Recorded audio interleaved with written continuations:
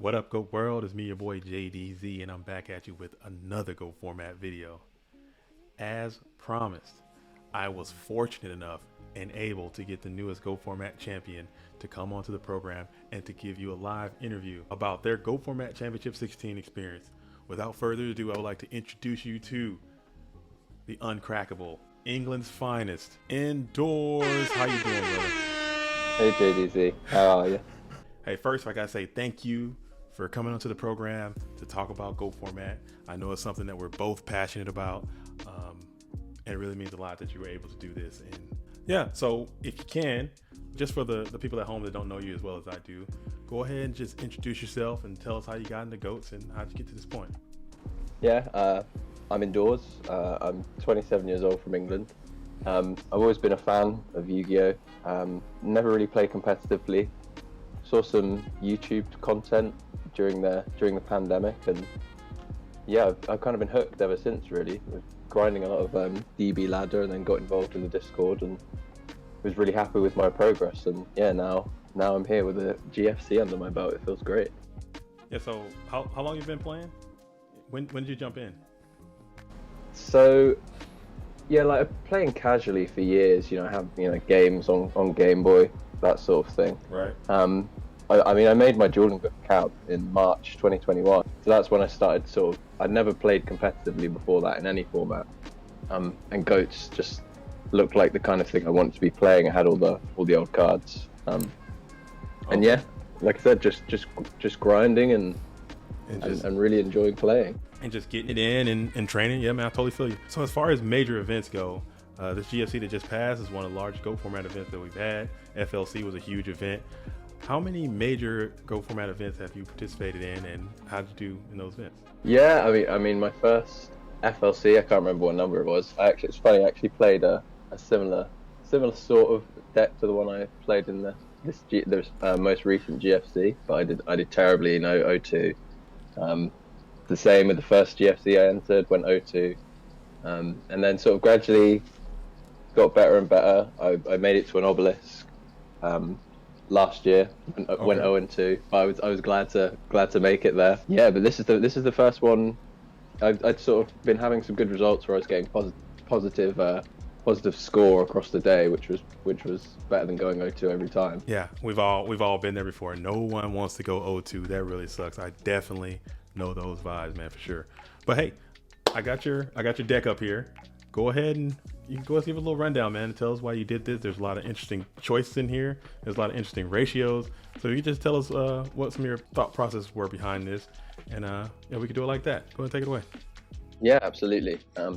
So I'll give shout outs to both Cam and WGM, who are sort of the authorities on Bazoo Return. Both of their content is really great on the subject, and I really learned a lot when I read WGM's article and watched Cam's video. And I talked to WGM a couple of weeks before the GFC, and we sort of talked about the deck. And he gave me a list. It was different to the one that I used. Had a slightly different monster lineup. He didn't have Solemns in there. He had some Draft Greeds. And I played around with it, and I thought it was great. Probably a lot stronger than the original sort of conception of the deck. And I took it to the team chat, the Ultra Instinct team chat, and combined it with some of the theory that we had been talking about before. Mobius especially had sort of brought an idea of what Warrior specifically should have looked like in the current meta. So I kind of combined those things and came up with what I've got now. So I guess there's it's fairly standard in some places and maybe not so standard in others. I think it was definitely a meta call for where we're at the moment.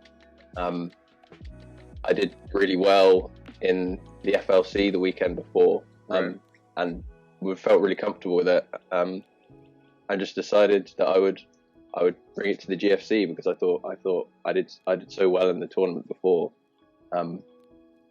Yeah, I thought I'd probably do the same again, and luckily I did. So obviously start off with BLS. Most aggressive card in the format. If you're playing an aggro deck, you definitely want it. I mean, you definitely want it in most decks, to be honest. You have to have a really good excuse not to be playing it. Obviously, it's great because it banishes stuff as well, but that's not the reason I'm playing it. Right. 2 Bazoo.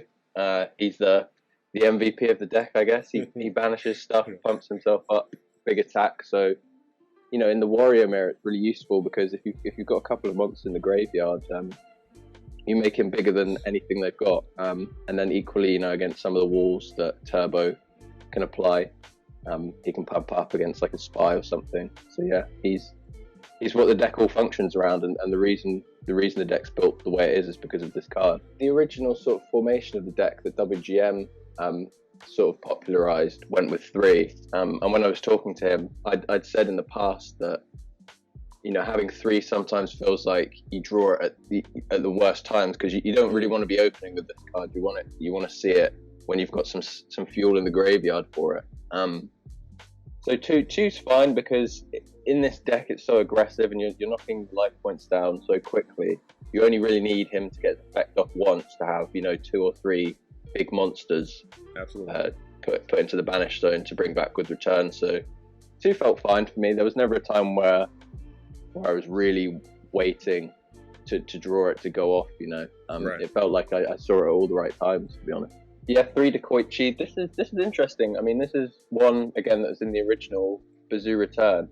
I know there's some warrior players, and AGT BLS also uses Dekoichi in warriors. It's great. It's always at least 1-for-1 potential for a +1. Cam has written a great article, The Philosophy of Greed, where he talks about the great benefits of Dekoichi as a card. And it's sort of quite aggressive. But also there's a sort of synergy with return. If this gets, you know, hit with a nobleman, you've stacked up your banish zone already for quite a lot of damage. So it was great. It was really great. And I think in this specific build with warrior, people didn't really know what to expect. You know, they saw a Dekoichi and they thought, okay, am I keeping my noblemen in? Right. Am I bringing in mind controls for this? Yeah, really, really great card. And I always liked seeing it in my hand because it sort of advanced where I wanted to be and drew me into some better cards. Breaker, obviously standard. Kaiku, only 2, just mainly because the one thing this deck suffers from is just the lack of space. There's so much extra stuff you'd want to main, but 2 felt fine because, like I said, I'm cycling through the deck quite quickly. He's great against Turbo. Chaos Control, good against, but obviously there's a lot of stuff to block you getting those hits. Those direct hits. He obviously just staying on board stops chaos, but 2 felt fine for me. Maybe if the meta was slightly different and it was, you know, it's pretty overwhelmingly Turbo at the moment, but if there was no other deck to compete against, I would probably put 3 in, but 2 felt fine. Tribe, this is an interesting one. Some people like it in Warrior, some people don't. In this specific build of Warrior, it's great because you want stuff in the graveyard, and it gets rid of those walls for the direct hits. So, you know, goats, spies, reapers, anything like that. Or if they've got their big monsters on field and you need to get rid of them somehow, it's just great spot removal. Again, in regular Warrior, it's sort of player preference, but in this deck, I think it's great. Yeah, and then you've got your typical Warriors: 3 Blade Knight, 1 Sasuke, 1 DD Warrior Lady, who again has great synergy with banishing, but you would just play her anyway. 1 Exiled and 1 level 2. Spell and Trap lineup again is pretty standard, apart from a couple of things, I guess. So Trinity, Rota, best card in any Warrior deck. Gotta have it. A blank check for whatever you need. Makes Warriors what they are. Nobleman, obviously you want to get rid of all your opponent's flips, standard stuff. 1 book and 1 smashing. These ratios, I guess you could sort of play around with. Book's great against control. Great synergy with Dekoichi as well, which is nice. Sort of defensive, you know, there's the odd combo you can do with level 2 and a Book of Moon. I just like how versatile it is, and since I was kind of expecting a lot of control, and I think this deck struggles a bit against control, so having at least 1 book, but you could, like I said, you could have 2 and get rid of the Smashing Ground. Smashing Ground is, some people like it, some people don't. I really love it. I think it's just a great spot removal card. To draw, you know, you sometimes hate drawing it when you don't have a use for it, but it just always becomes live eventually, and it's just a great answer. It got rid of my BLS, which had been stolen in the finals. Absolutely. Obviously, if it was a book of Moon, I could have flipped it down and it wouldn't have got snatched anyway. But yeah, it did fine for me. I really like the card. I would always put one in at the moment. Snatch Steel, Heavy, MST, Standard, Trap Trinity, Mirror, Ring, Torrential. In an aggressive deck like this, I think all completely necessary. One Dust Tornado. I usually have a couple of Dust Tornadoes. Again, this is just sort of a space issue. I think it's if you're expecting a lot of control or decree, or just stuff that isn't set, sometimes you can sort of overhedge for Turbo and Warrior and maybe go with two. If I had less monsters, I would go with another Dust Tornado. But the sort of idea behind the deck is that you're crashing into stuff. You're forcing them to have outs to your monsters, and you don't care if anything goes to the graveyard because you want it to be banished. So one Dust is fine. 3 Solemn, Standard, and any Warrior helps push through your return. And then, yeah, of course, Return. So this is sort of in the slot of, I guess you would have Revivals if you were running normal Warriors. This is just a blowout. It's just 2 bombs that are in your deck waiting to go off. There wasn't many times where I drew it and it was dead, and if it was dead, I had, like, you can just discard it for a charity or something. If the Warrior game plan is doing what it's doing and you don't need the extra boost, then it's just, I guess it's also an extra sort of bluff in the back row, but obviously the main game plan is to get this live as soon as possible. It's always live, even with Solemn, when you're halving your life points, it's always available to you. And with Warrior, obviously the whole philosophy has always been you don't care about how high your life points are. So yeah, really great. Really good synergy with Blade Knight, actually, because in this deck you have a lot of monsters, so sometimes Blade Knight's not pumped up to the full 2k, but when you use Return, you're usually in these sort of low resource game states and you don't have this big hand, so they come back as the Blade Knight everyone knows and loves. Just beefy boys coming back. Okay. Exactly.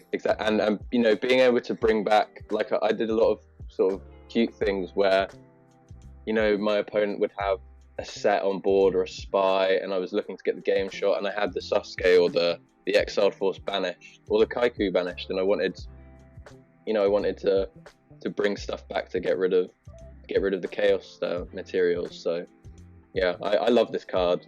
I think it's so fun. I said in my GOAT format interview, the dopamine hit of flipping it for game is great, and it really is. I think that's a lot of the reason people play this format is because it feels good to rip a pot of greed off the top of the deck. Exactly. But that was interesting. So you mean using Return as more of a utility card instead of a blowout win card? I don't think I've seen that before. It is there for that. Obviously, I think it's difficult to learn how to use it because it's a big cost. It's the same as Solemn Judgment.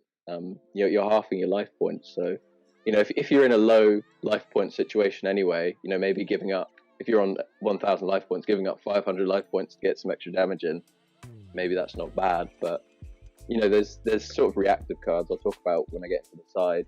That reacts well with Tiger Wangu, because you can chain it to stuff. But yeah, absolutely, it's reactive as well as proactive.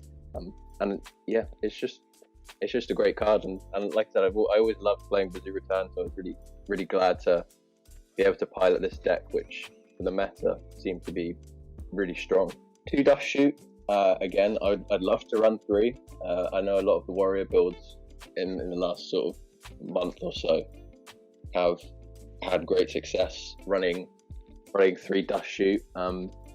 Crazy card against Turbo, and just good against everything else. Even sometimes when you're in the mirror match and you're thinking, oh god, I've got these Dust Shoots. If you draw them first, and that was the only monster they had in their hand, it just puts you on the front foot, and just the hand knowledge alone to be able to see what the opponent's playing, so there's no shenanigans. Being able to see if they've got the Mirror Force, because again, that's mostly the thing that stops your return. You can use the use it as chain link 2 to dodge torrential. So if the mirror force is gone, then great. If they don't have it, great. You know that you're free to push through a return play if you want to. Yeah, again, Dust Shoot probably won me a lot of games, just the pure knowledge of it alone. And obviously putting the card back, setting back is a bonus as well. So the side, this was slightly tweaked from FLC. I was originally running 3 spies, and that was just purely based off theory, and I know a lot of the Rampage guys have been having success with that. It didn't come up much in the FLC, and then I tested it a lot more with some of our teammates, and sort of didn't find in this particular deck that the spies were doing what I wanted them to. And in the original deck, WGM had included the assailant, because obviously they're so great with return. And I just found them to be a lot more high impact, and especially, I mean, I faced a lot of reasoning gate in the GFC, 3 decks actually. Really? And yeah. And assailant came in handy just because it's sort of like a pseudo battle trap in that you just stick it out on board, and if they want to get rid of it, then their monster's also going. And that's great, and especially in the mirror, being able to just set this. And if you're keeping in a couple of Decoichis, you know, it's obviously risky in the mirror with the Blade Knights, but really great bluff for them to think, okay, I'm going to run over this Decoichi now, and then you just get rid of one of the biggest beaters in their deck, and then you've got the upper hand in the mirror. Tsukiyomi again for the mirror, but also great against control. Another, you know, walking Book of Moon. It's the first time I've played it. I know, again, AJTBLS has always had a Suk in his side for quite a while now, and I think it performed great. I really enjoyed it. I'm really glad I swapped the spies out for these 3 cards. I think they put in a lot of work for me. 2 Mobius.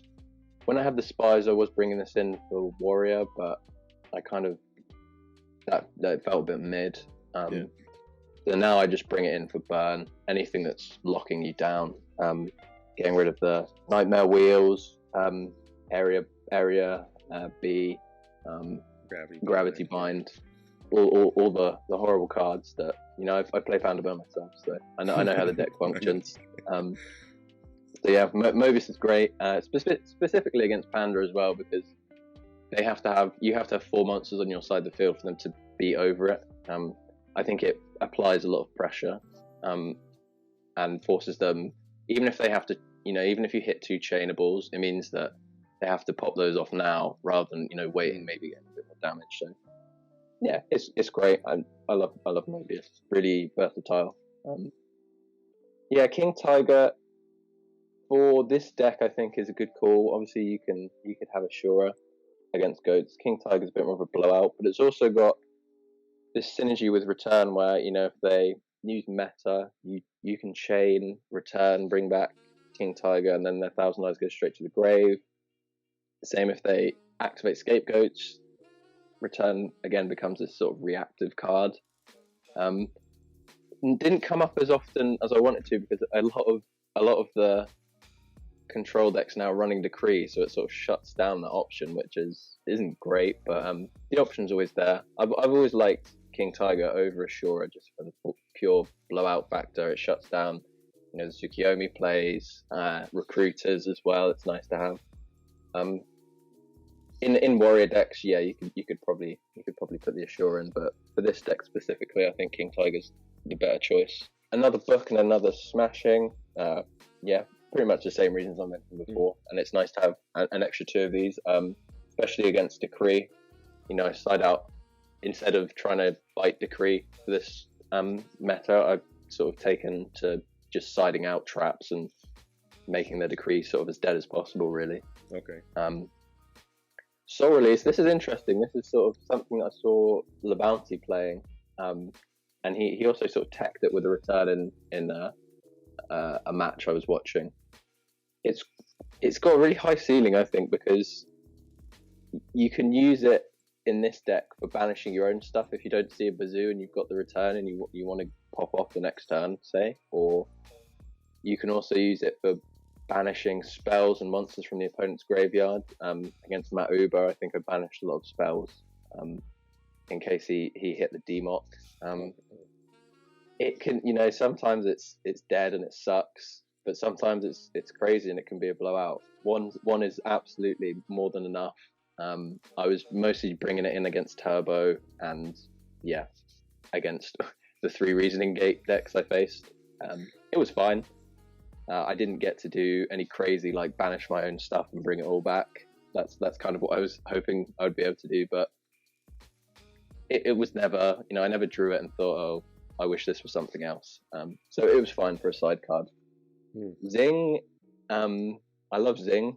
I know some people have had some success maining it in the last couple of tournaments. I'm still not completely convinced about maining it. I like Dust Tornado in this deck specifically because you can dust something in the end phase and then set return, and then you can use return in your next turn. So I like bringing in Zing against Burn and Warrior. Pretty standard choice. Two extra Dust Tornadoes again for Burn and Warrior. Really versatile card. And 2 Saku. No main deck Saku. Warrior's very underrepresented right now, and this deck should do pretty well against Warrior anyway.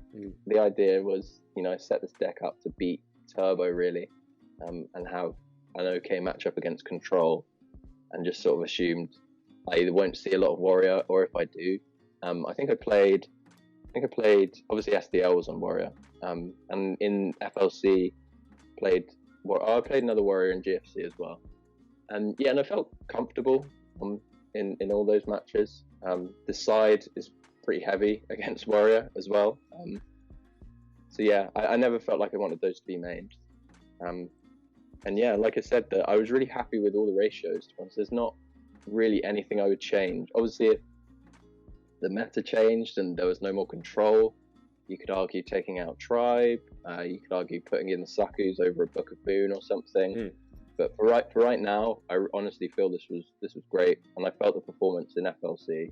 And I knew that that the GFC would have a similar sort of turnout to the FLC in the sort of representation of deck. And like I said, I just felt so comfortable with it. And when I was testing it with teammates, it was really hard for people to beat me with it. Trust me, I know. First-hand experience. I can tell you from very hard to beat. I said in my interview with goatformat.com, it just felt like regular Warrior, but just with extra bits to help you in the late game, and the Decoy G's to help you go through your deck. So really happy with the deck. I'm really glad that I could pilot it to a GFC, and win. Getting the world invite was enough, but winning with it with a deck I really enjoyed playing, and it was actually a lot of fun, which is just great. So would you play a deck like this again in the next event, or are you going to try to keep it moving? Because I know you play a lot of different things. It's difficult. It's difficult because it's hard to know how much of the success came from just people not expecting the return, or not knowing, seeing just the Warrior stuff and thinking, oh, I'm just playing Warrior, and then getting blown out by the return and not really, I think a lot of people, because this deck's not been very popular recently, I think a lot of people maybe aren't sure how to play against it. They're not sure how to side against it. So I don't know. I still, when I play it sort of casually against people in the team or against other people in format library stuff, it still does well. I mean, I've got my invite, so part of me wants to just play other decks, but I'm sure that there'll be a time where I'm still playing this. First and foremost, it's just a really fun deck, so absolutely. I'll probably play it again. All right, so just real quick, I know you mentioned, you said you played the 3 Reasoning Gates. I know you played Ghost Rider in an epic finals match. I was in the booth and I was able to commentate, and it was fantastic to see how that thing finished up. Yeah, but it was great to watch that back the next day as well. That was really fantastic. But what were some of your other matchups, if you can recall? I think I'll post them here so the folks at home can see. But do you remember your matchups off the top? Off the top, I think so. So I had 2 Reasoning Gates. One, the first match I played against Operation X. He almost got me. I won 2-1, but it was a machine Reasoning Gate deck, and sometimes you just lose to Reasoning Gate no matter what you do. So right. I was definitely very fortunate to win both of those. So I faced 2 Reasoning, and then I faced Turbo, and then I think it was Warrior, like just regular standard Chaos Warrior, and then I faced JCVD on his sort of goat control thing with the DMOC main. We've played a lot before, and he's always bested me. And I think in the opening match, he sort of opened with some Trinity piece and thought, oh, here we go again. I'm going to be in losers thanks to JCVD. But I managed to get past him.